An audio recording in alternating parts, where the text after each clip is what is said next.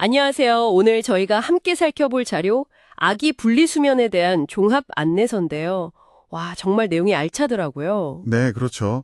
부모님들이 많이 궁금해하시는 주제이기도 하고요. 맞아요. 이게 육아하면서 정말 큰 고민거리 중 하나잖아요. 아기 따로 재우기. 그래서 오늘 이 안내서를 바탕으로 핵심만, 속성으로 한번 파헤쳐 보겠습니다. 시작하기 전에 이 안내서에서 분리수면을 단순히 그냥 애를 다른 방에서 재운다? 이게 아니라고 하는 점이 좀 인상 깊었어요. 네, 맞습니다. 그게 아주 중요한 포인트인데요.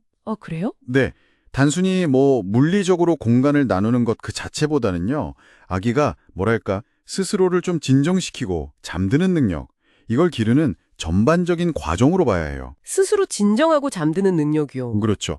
자기 위한 능력이라고도 하는데요. 이게 사실 건강한 수면 습관의 아주 기초적인 부분이거든요. 어떻게 보면 수면 교육의 어떤 환경적인 실천이자 결과라고 볼 수 있죠. 아하, 그렇군요. 그런데 안내서에서 가장 먼저 그리고 굉장히 강하게 나오는 이야기가 바로 안전이더라고요. 특히 그 영아 돌연사 증후군 SIDS 예방 관련해서요. 미국 소아과학회 권고도 그렇고요. 네, 맞아요. 이게 정말 기본 중의 기본 원칙입니다. 사실 AAP 권고를 자세히 보면 약간 좀 미묘한 지점이 있어요. 미묘한 지점이요? 네. 그러니까 아기 안전을 위해서는 최소 생후 6개월, 이상적으로는 1년까지는 부모랑 같은 방에서 지내는 게 좋다고 하면서도요. 동시에 질식이나 다른 위험 때문에 아기는 반드시 아기 침대나 요람처럼 분리된 안전한 잠자리에서 재워야 한다고 강조하거든요. 아, 같은 방이지만 잠자리는 분리해라. 그렇죠. 딱 붙어 자는 건 위험하니까요. 그러니까 가까이 있되 완전히 한 공간에서 뒤섞여 자지는 말라는 그런 섬세한 균형이 중요한 거죠. 부모 침대 공유는 여러 위험 때문에 절대 권장되지 않고요. 아기 안전이 최우선이니까요. 네, 안전이 최우선이라는 건 정말 잘 알겠습니다. 그럼 안전 말고 또 다른 이점들도 있겠죠? 안내서에도 나와 있던데요. 아기랑 부모 모두에게 좋다, 이런? 아, 네, 그럼요. 당연히 있죠. 아기 입장에서는요, 아무래도 스스로 잠드는 법을 배우게 되니까, 더 길게, 질 좋은 잠, 흔히 말하는 통잠을 잘 가능성이 높아지는 거죠. 아, 통잠. 부모님들 소원이잖아요. 그렇죠. 이게 또 아기 성장 발달이나 독립심 형성에도 긍정적인 영향을 줄 수 있고요. 그리고 부모님 입장에서는, 일단 잠을 좀 푹 자게 되니까 육아 스트레스가 줄어들 수 있고요. 이게 결국 더 안정적인 양육 환경으로 이어지고 부부관계에도 좋은 영향을 줄 수 있다. 이런 선순환 구조를 기대해 볼 수 있는 거죠. 듣고 보니 정말 그렇네요. 그런데 막상, 자, 이제 분리수면 시작해볼까? 하면 언제가 좋을지 그 시기 정하는 게 참 어려울 것 같아요. 안내서에도 6개월 전후 얘기는 하지만 딱 정답은 없다고 하고요. 네, 맞아요. 모든 아기한테 딱 맞는 그런 정답식이라는 건 사실 없어요. 6개월 전후가 자주 언급되는 이유는 그쯤 되면 보통 밤중 수유 없이도 밤새 쭉 잘 수 있는 그런 생리적인 준비가 되는 아기들이 많기 때문이에요. 아, 생리적인 준비? 네.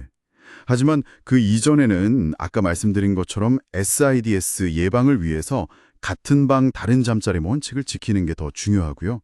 결국에는 아기의 발달 속도나 건강 상태, 또 기질 있잖아요. 순한지, 예민한지.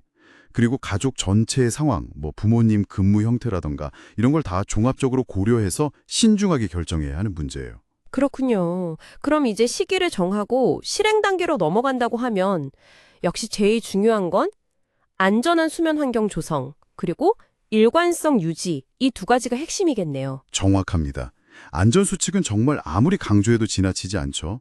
매트리스는 단단하고 평평하게, 아기는 등을 바닥에 대고 눕히고, 침대 안에는 인형이나 푹신한 이불 같은 거 절대 두지 않고 깨끗하게 비우고요. 네네. 그리고 일관성.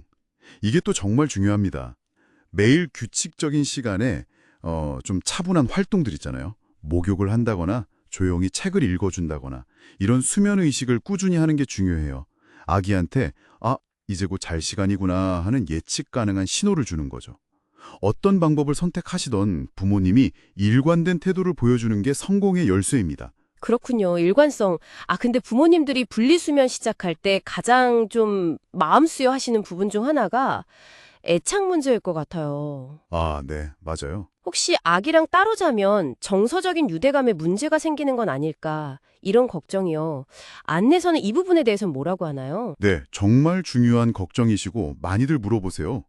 근데 전문가들은 보통 잘 계획된 분리수면 그 자체가 애착 형성을 방해하진 않는다고 이야기합니다. 아, 그래요? 네, 건강한 애착이라는 건요. 사실 잠을 어떻게 자느냐의 문제보다는 아기가 깨어있는 동안 부모랑 얼마나 따뜻하고 또 반응적인 상호작용을 하느냐, 여기에 달려있다는 거죠. 깨어 있을 때의 상호작용이 더 중요하다. 그렇죠. 오히려 부모님이 분리수면을 통해서 좀 충분히 쉬고 정서적으로 안정이 되면 아기한테 더 긍정적인 영향을 줄 수 있다. 이런 관점도 있고요. 그러니까 분리수면이 애착을 해친다는 건 좀 오해에 가깝다고 보는 시각이 많습니다.